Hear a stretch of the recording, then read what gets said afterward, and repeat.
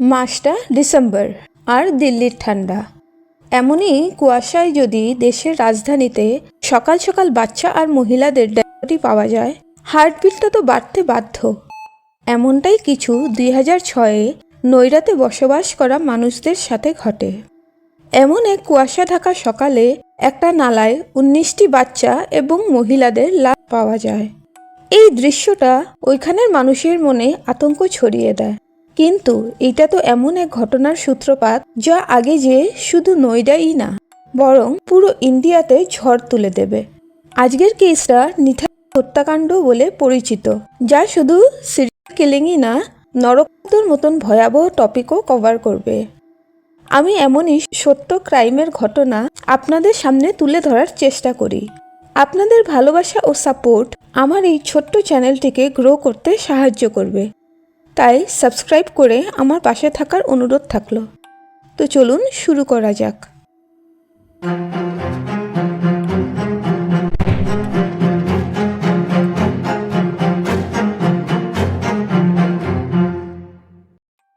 নয়ডার sector 31 area, যেখানে high rise building আর slam একসাথেই অনেক বছর ধরে বসবাস করছে।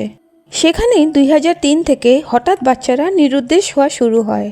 যে বাচ্চাটা একবার গায়েব হয়ে যায় সে আর কখনোই ঘুরে আসে না। এখন প্রশ্ন হলো, এই যে বাচ্চাগুলো গায়েব হচ্ছিল, তাদের গার্জিয়ানরা কি পুলিশ কমপ্লেন্ট দায়ের করতো না?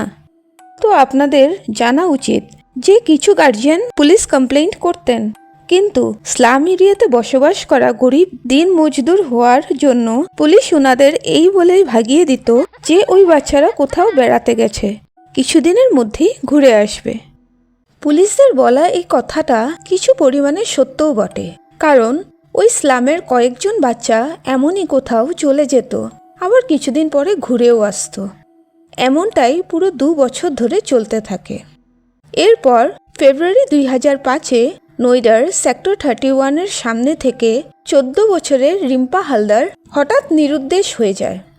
ওর বাবা পুলিশ কমপ্লেইন্ট দিতে গেলে সেম এক্সকিউজ দেখিয়ে উনাকেও ভাগিয়ে দেওয়া হয়। কিছুদিন খোঁজাখুঁজি করার পরেও যখন রিম্পার কোনো হদিশ পাওয়া যায় না, ওর প্যারেন্টসরাও ক্লান্ত হয়ে রিম্পাকে খোঁজা বন্ধ করে দেয়।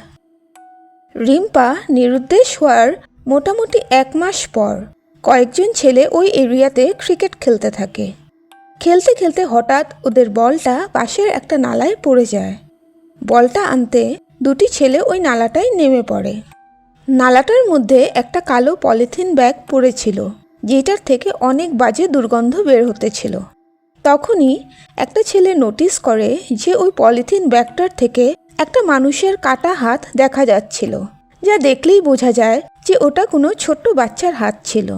এটা দেখতেই সব বাচ্চারা চিৎকার করে ওইখান থেকে পালিয়ে যায়। আস্তে আস্তে ঘটনাটায় জানাজানি হওয়ার পর তাড়াতাড়ি পুলিশকে তলব করা হয়। পুলিশ এসে সমস্ত ঘটনাটার জেরা শুরু করে, কিন্তু আশ্চর্যভাবে কিছুক্ষণ ঘটনাটার তফতিশ করার পর পুলিশ ওইখানের মানুষদের এই বলে তাড়িয়ে দেয় যে ওইটা কোনো মানুষের হাত নয়, ওনাদের বুঝতে ভুল হয়েছে, বরং ওটা কোনো জন্তুর বডি পার্ট, যা কিছুটা হিউম্যান বডির সাথে রিজেম্বল করছে। এমনটা বলেই পুলিশ ওই পলিথিন ব্যাগটা নিয়ে চলে যায়। সবথেকে আশ্চর্যের ব্যাপার হলো যে ওই এভিডেন্সটা আজ পর্যন্ত কেউ কখনোই খুঁজে পায়নি। কোনো এক অজানা কারণে পুলিশ এই পুরো মামলাটা লুকোনোর চেষ্টা করছিল। সেই নালাটার পেছনে একটা D5 নাম্বার লেখা বাড়ি আছে। 7ই মে 2006-এ সেই বাড়িটার সামনে থেকেই 17 বছরের পায়েল গায়েব হয়ে যায়। পায়েলের বাবা নন্দলাল নিজের মেয়েকে খুঁজতে খুঁজতে এক অটো ড্রাইভারের সাথে পরিচয় হয়। সেই অটো ড্রাইভার নন্দলালকে জানায় যে উনি পায়েলকে সেক্টর 31-এর D5 নাম্বার লেখা বাড়ির সামনে নামিয়েছিলেন। উনার ঘটনাটা সঠিকভাবে মনে আছে, কারণ পায়েল উনাকে কিছুক্ষণ দাঁড়াতে বলেছিল যাতে ও টাকা খুচরো করে নিয়ে আসতে পারে। পায়েলের আসতে দেরি দেখে যখন ওই অটো ড্রাইভার জন সেই বাড়িতে যে কলিং বেল বাজায়, বাড়ির ভেতর থেকে ওই বাড়ির চাকর সুরেন্দর কোলি দরজা খুলে উনাকে জানায় যে পায়েল পেছনের রাস্তা দিয়ে চলে গেছে। নিজের পাওনা টাকা না পেয়ে উনিও কিছুটা মন খারাপ করে সেখান থেকে চলে যায়। এই ঘটনাটা জানার পর পায়েলের বাবার মনে সন্দেহ জাগে। তাই তিনি সেই D5 নাম্বার লেখা বাড়িতে যেয়ে অনেকবার বেল বাজান, কিন্তু কেউ দরজা খোলে না। এরপর নন্দলালও পুলিশের কাছে নিজের মেয়ের মিসিং কমপ্লেন দায়ের করতে গেলেও পুলিশ উনাকেও এই বলে তাড়িয়ে দেয় যে পায়েল একজন জোয়ান মেয়ে, তাই ও নিশ্চয়ই কারোর সাথে ভেগে গেছে হবে। একটানা 1 মাস পুলিশ স্টেশনের চক্কর লাগানোর পরেও যখন পুলিশ নন্দলালের কমপ্লেন্ট লিখতে রাজি হয় না, তখন উনি সেই এরিয়ার এসএসপির সাথে দেখা করে পুরো ঘটনাটা বয়ান করেন।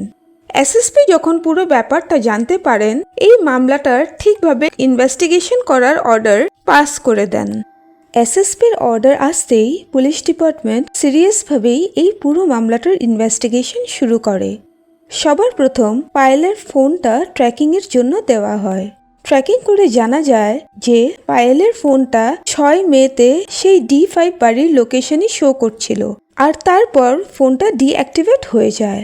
আর ওর ফোন থেকে লাস্ট ডায়াল নাম্বার সুরেন্দর কোহলিরই ছিল। এইসব এভিডেন্সের ভিত্তিতেই পুলিশ সুরেন্দর কোহলিকে গ্রেফতার করে নেয়। কিন্তু গ্রেফতার হওয়ার কিছুদিনের মধ্যেই সেই D5 বাড়ির মালিক মনিন্দর সিং পন্দের কোহলিকে ছাড়িয়ে নিয়ে যায়।